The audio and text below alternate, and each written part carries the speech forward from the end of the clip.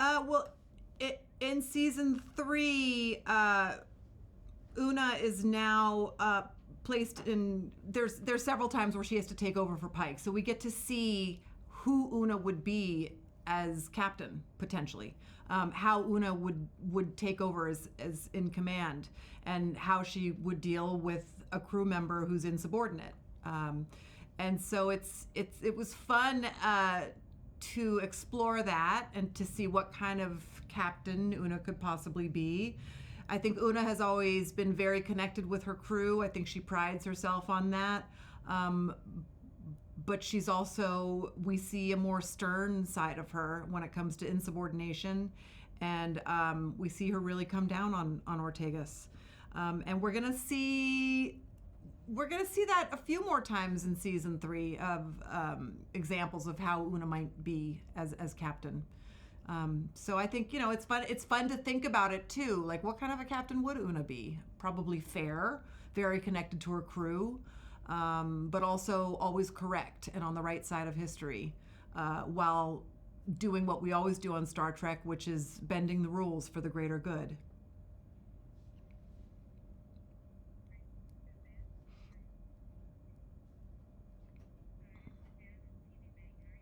Hi, good. How are you? Good.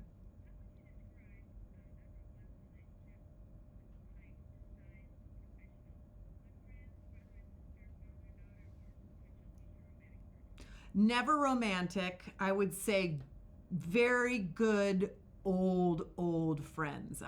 We imagine, and we don't know because it's never been fleshed out for us. So we've decided between the two of us that we were probably at Starfleet Academy together and knew each other since way back when, and have always admired each other and trust each other deeply. I would say very good friends, old friends. In fact, every time Jonathan Frakes comes to direct, whenever we have a Pike Una scene, every time he starts every scene, he goes, old friends. He always starts with that. Every scene starts with us.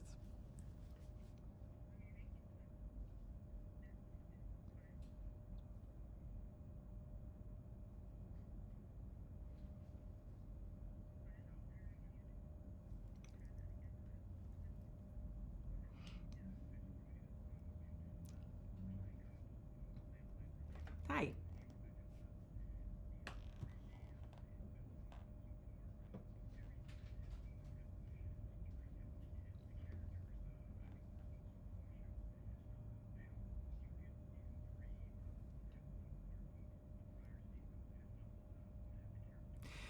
Well, by season 3, Una is no longer hiding behind her secret, which she's been holding about being an Illyrian and being genetically modified and a member of Starfleet. So I think she's been cleared after Ad Astra per Aspera. There's a freer, lighter version of Una that we get to see in season 3. And season 3, we continue to play with genre and jump from one genre to another. We really didn't think we could outdo ourselves after season 2. But season 3 is so strong, and we just continue to, jump from horror into straight up comedy into another genre that I can't mention. But here we are at the end of season 4. We're just about to wrap up season 4, and I have to say it might be my favorite season yet. So there's so much to look forward to. And we don't know how the writers come up with their ideas, but they keep thinking way outside the box, and it's really fun as an actor to try and tackle it every time.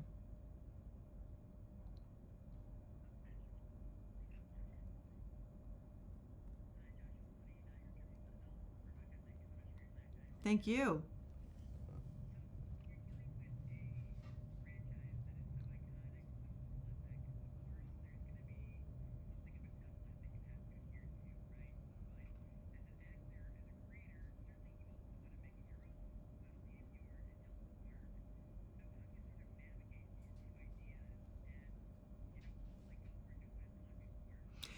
Well, not only that, add to the fact that I'm playing a character that was created 60 years ago.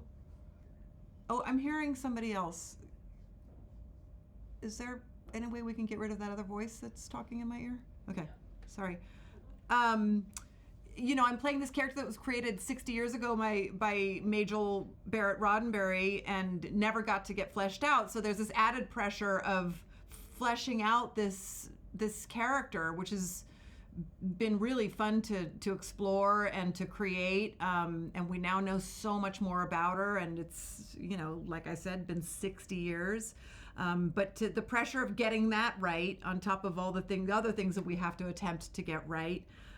We feel the pressure, and we also feel the support. We feel like we really enjoy the support of the Trekkies and the fandom, and we listen to them, and they make requests and give us notes and comments, and some we take to heart, some we don't.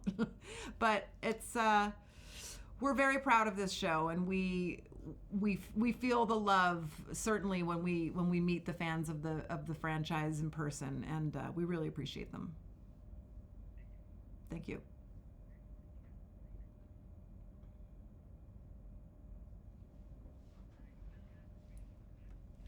Hi.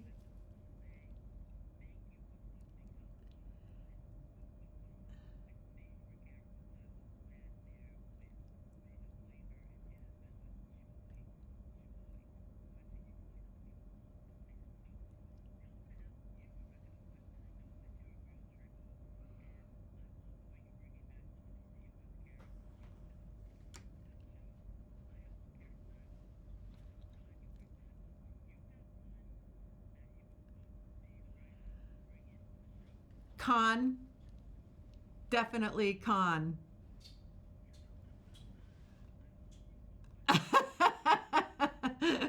Good question. Okay, good. We're obviously from the same generation, you and I.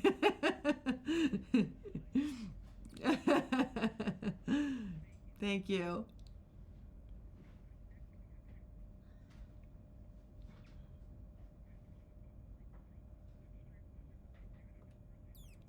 Oh, good.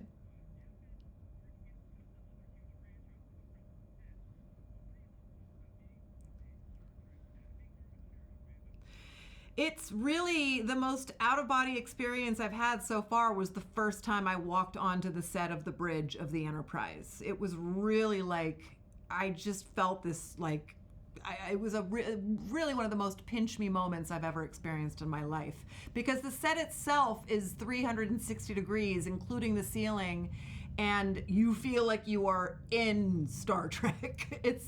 And also it's the bridge of the Enterprise was what I grew up watching as a child. So to step on it and realize that that's where I get to work now was really one of the greatest moments of my life. Thank you.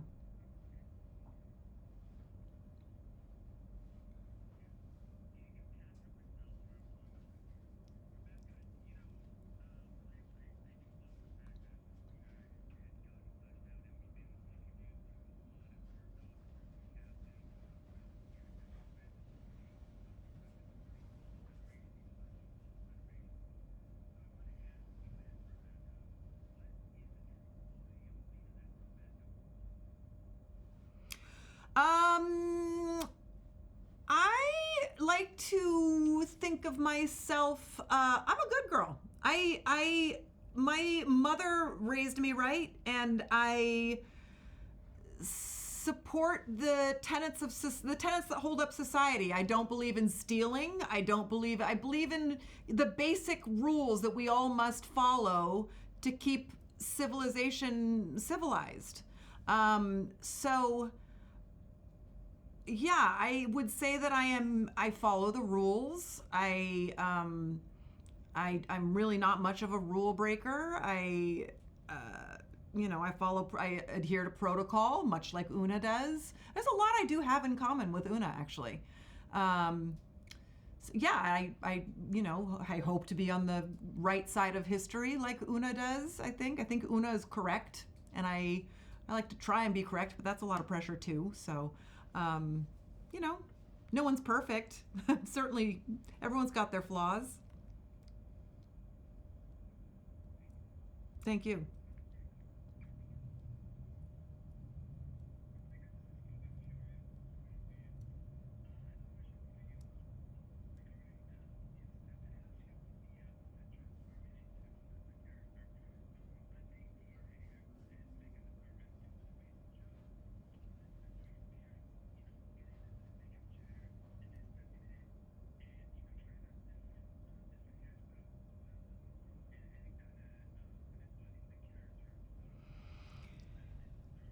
It's really fun, and I'm grateful for the amount of freedom and trust that our producers put into me and our wonderful, talented hair and makeup departments to play within the realm of our show.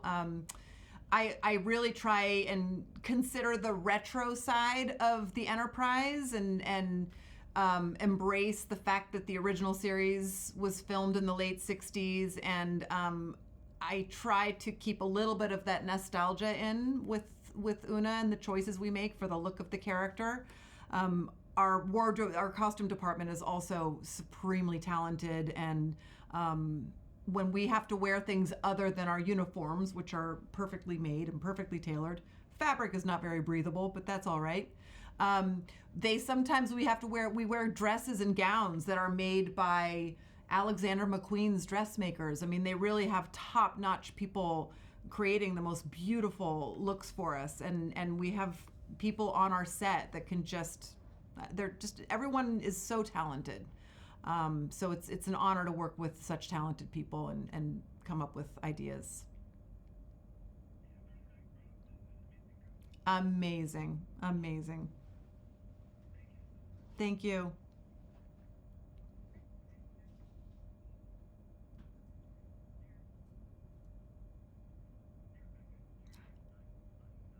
Hi, nice to meet you.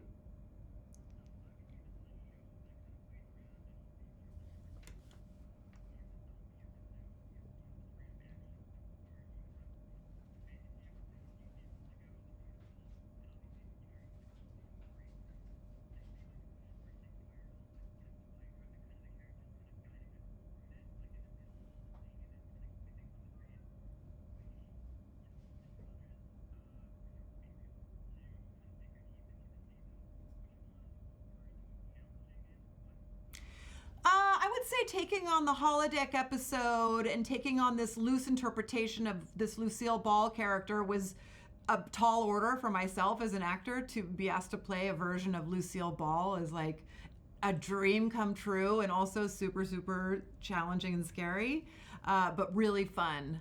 And, speaking of giant swings, I mean, we're just about done with season 4, and there are some genres in that one that are I don't even want to get into. I can't get into it, but things that I never ever thought would happen. Anyway, and then there's also the 4.5 Vulcans in season 3. You're going to see evidence of a love story, of a romance for Una that is going to play out, and that's one of the most fun things I've ever gotten to shoot on this series. Thank you.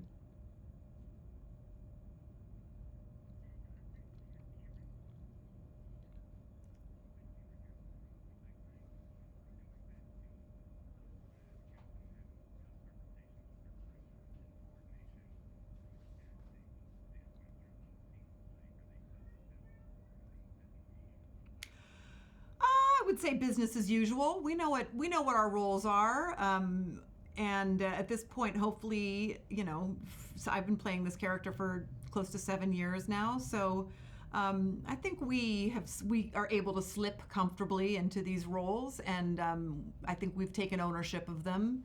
Um, and obviously our dynamics between our characters are completely different from our dynamics in real life. We're a very tight knit cast, and it's fun to suss out these relationships that are scripted for us. Thank you.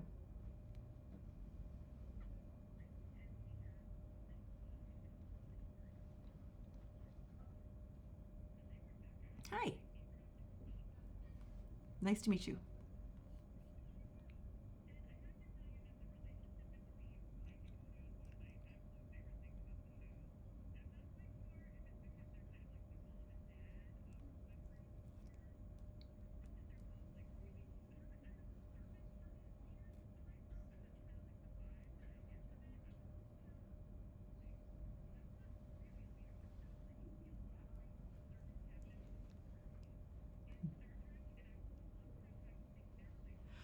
I imagine I imagine that their friendship goes back so far because they share the same values. I imagine that they and have always admired each other's adherence to protocol and commitment to Starfleet.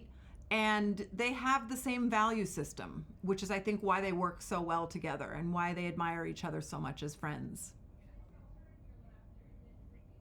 Sure.